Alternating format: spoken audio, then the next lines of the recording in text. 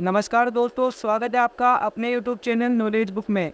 और आज बीएसटीसी का जो पेपर हुआ था उसकी आंसर की आ गई है। आप भी देखिए आपके कितने सही हुए।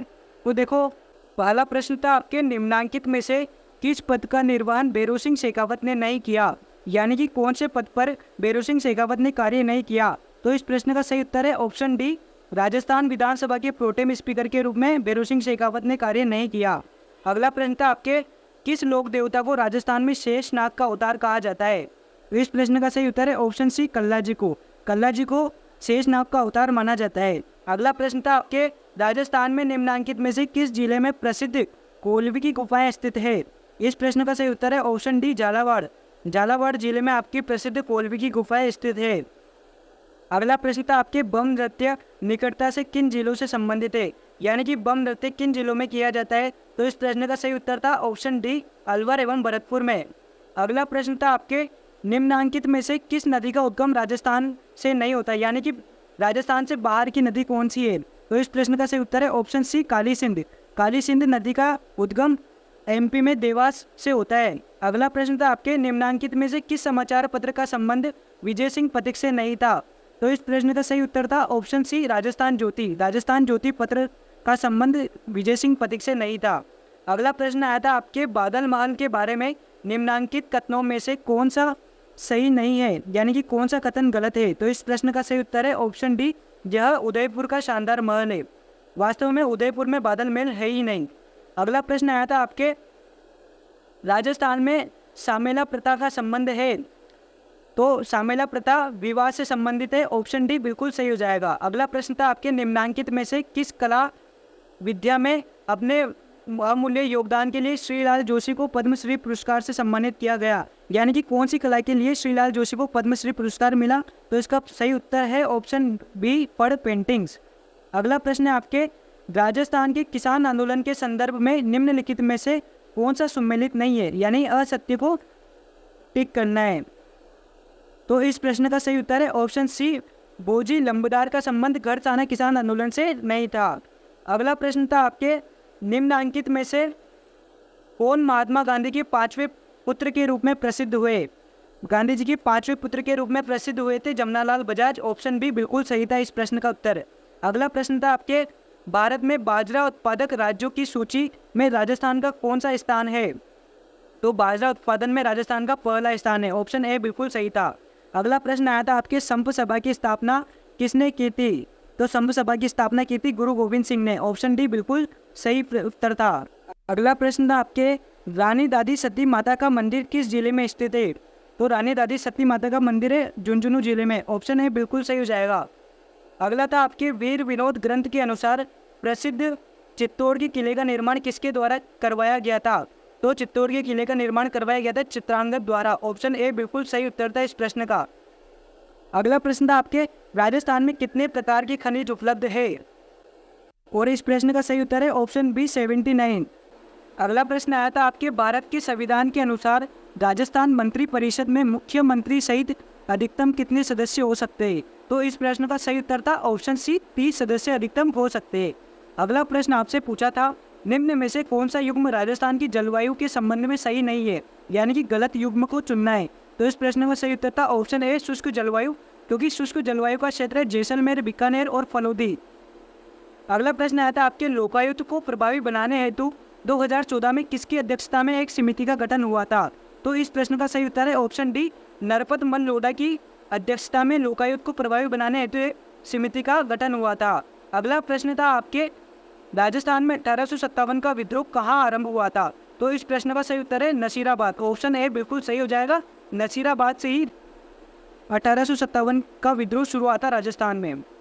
अगला प्रश्न था आपके राजस्थान में अनुसूचित जाति के लिए लोकसभा एवं राज्य विधानसभा में आरक्षित स्थानों का क्रमशः संख्या है। तो इस प्रश्न का सही उत्तर है ऑप्शन ए, 4 और 34। लोकसभा में 4 सीटें आरक्षित है और राज्य विधानसभा में 34 सीटें आरक्षित है अनुसूचित जाति के लिए। अगला प्रश्न था आपके भारत के संविधान के अनुच्छेद 356 के अंतर्गत राजस्थान में कितनी बार राष्ट्रपति शासन लागू हुआ है। तो इस प्रश्न का सही उत्तर है ऑप्शन डी, 4 बार। राजस्थान में 4 बार राष्ट्रपति शासन लागू हुआ है। अगला प्रश्न था आपके निम्नांकित में से किसे मिर्जा राजा के रूप में जाना जाता है। तो इस प्रश्न का सही उत्तर था ऑप्शन ए मान सिंह। मान सिंह को मिर्जा राजा के रूप में जाना जाता है। अगला प्रश्न आया था आपके 2011 की जनगणना के अनुसार राजस्थान में तीसरे सबसे ज़्यादा धर्मावलंबी है। तो इस प्रश्न का सही उत्तर है ऑप्शन बी सिख। सिख तीसरे नंबर पर सबसे ज़्यादा धर्मावलंबी है। अगला प्रश्न था आपके निम्नांकित में से किस हिंदी माह में गणगौर मनाई जाती है। तो इस प्रश्न का सही उत्तर था ऑप्शन बी चैत्र माह में गणगौर मनाई जाती है। अगला प्रश्न था आपके राजस्थान का कौन सा भाग रेगिस्तान है। तो देखो राजस्थान का पश्चिमी भाग रेगिस्तान है। ऑप्शन सी बिल्कुल सही उत्तर था इसका। अगला प्रश्न था आपके राजस्थान में निम्नांकित जिलों में से किन में 56 का मैदान स्थित है, यानी कि 56 का मैदान किन जिलों में स्थित है। तो इस प्रश्न का सही उत्तर था ऑप्शन डी प्रतापगढ़ एवं बांसवाड़ा। अगला प्रश्न आपसे पूछा था राजस्थान में उष्णकटिबंधीय वन कहाँ पाए जाते हैं। तो देखो राजस्थान में उष्णकटिबंधीय वन पाए जाते हैं जोधपुर एवं जैसलमेर में। ऑप्शन डी इस प्रश्न का सही उत्तर था। अगला प्रश्न आपसे पूछा था राय बुढ़िया खेला पात्र किससे संबंधित है। तो ये संबंधित है गौरी लोक नाट्य से। ऑप्शन बी बिल्कुल सही हो जाएगा।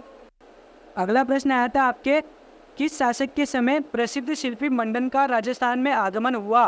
तो देखो मंडन का आगमन हुआ था महाराणा कुंभा के समय। ऑप्शन ए बिल्कुल सही था इस प्रश्न का उत्तर। अगला प्रश्न है आपके लोंगेवाला वॉर मेमोरियल कहाँ विकसित किया गया। तो देखो इस प्रश्न का सही उत्तर था ऑप्शन सी जैसलमेर। जैसलमेर में लोंगेवाला वॉर मेमोरियल विकसित किया गया है।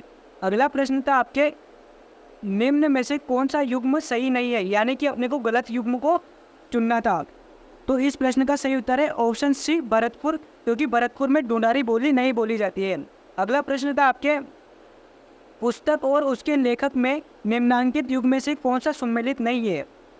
और इस प्रश्न का सही उत्तर है आपके ऑप्शन डी आनंद विलास। आनंद विलास ने हरिभूषण नहीं लिखी थी, हरिभूषण लिखी थी आपके महाराजा जसवंत सिंह ने। अगला प्रश्न आया था आपके राजस्थान में निम्नांकित जातीय समूह में से कौन मुख्यतः चरी नृत्य प्रस्तुत करता है।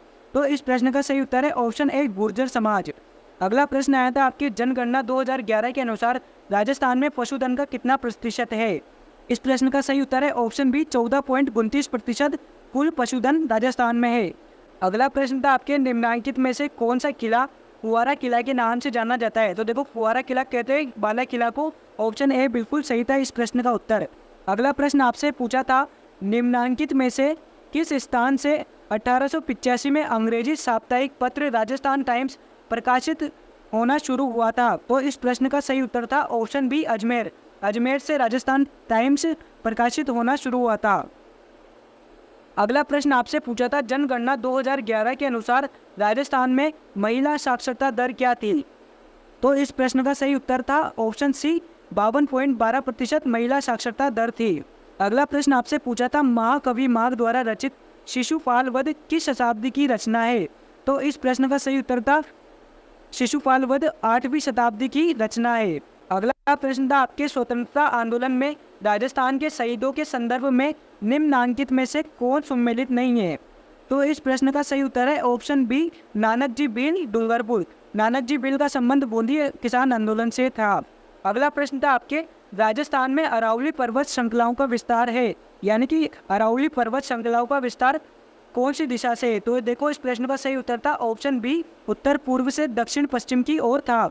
अगला प्रश्न आपसे पूछा गया है राजस्थान में सबसे पहला सीमेंट कारखाना कहाँ स्थापित किया गया। तो देखो राजस्थान का पहला सीमेंट कारखाना स्थापित किया था लाखेरी में। ऑप्शन सी इस प्रश्न का सही उत्तर था। अगला प्रश्न था आपके निम्नांकित में से किस मंदिर को चूहों के मंदिर के रूप में जाना जाता है। तो इस प्रश्न का सही उत्तर था ऑप्शन है करणी माता मंदिर को चूहे के मंदिर के नाम से जाना जाता है। अगला प्रश्न था आपके किस वर्ष राजस्थान में प्रथम सहकारी कृषि बैंक की स्थापना हुई थी। तो देखो इस प्रश्न का सही उत्तर था ऑप्शन डी 1904 में सहकारी कृषि बैंक की स्थापना हुई थी। अगला प्रश्न था आपके निम्नांकित में से कौन सा दाबू प्रिंट के लिए प्रसिद्ध है। इस प्रश्न का सही उत्तर है ऑप्शन सी अकोला चित्तौड़ दाबू प्रिंट के लिए प्रसिद्ध है। अगला प्रश्न था आपके जनगणना 2011 के अनुसार राजस्थान की कुल कार्यशील जनसंख्या का कितना प्रतिशत कृषि और उससे जुड़ी गतिविधियों पर निर्भर है। तो देखो इस प्रश्न का सही उत्तर है ऑप्शन डी 62% जनसंख्या कृषि एवं उससे संबंधित गतिविधियों पर निर्भर है। अगला प्रश्न आपसे पूछा था राजस्थान की पहली नहर सिंचाई परियोजना किसे माना जाता है। तो इस प्रश्न का सही उत्तर है ऑप्शन बी गंगा नहर परियोजना को पहली सिंचाई परियोजना माना जाता है। अगला प्रश्न था आपके, पृथ्वीराज रासो किसके द्वारा लिखी गई? तो देखो पृथ्वीराज रासो लिखी थी चंद्रप्रदाय ने, ऑप्शन बी बिल्कुल सही हो जाएगा। अगला प्रश्न है आपके, राजस्थान और मध्य प्रदेश की सीमा पर स्थित रेलवे स्टेशन का नाम क्या है? तो यह रेलवे स्टेशन है भवानी मंडी रेलवे स्टेशन, ऑप्शन डी बिल्कुल सही हो जाएगा। अगला प्रश्न था आपके, निम्न में से किस स्थान पर अंग्रेजों की सैनिक छावनी नहीं थी? तो इस प्रश्न का सही उत्तर है ऑप्शन डी शाहपुरा। शाहपुरा में अंग्रेजों की सैनिक छावनी नहीं थी। दोस्तों अगर आपको वीडियो पसंद आया तो चैनल को सब्सक्राइब जरूर कर देना। Thank you.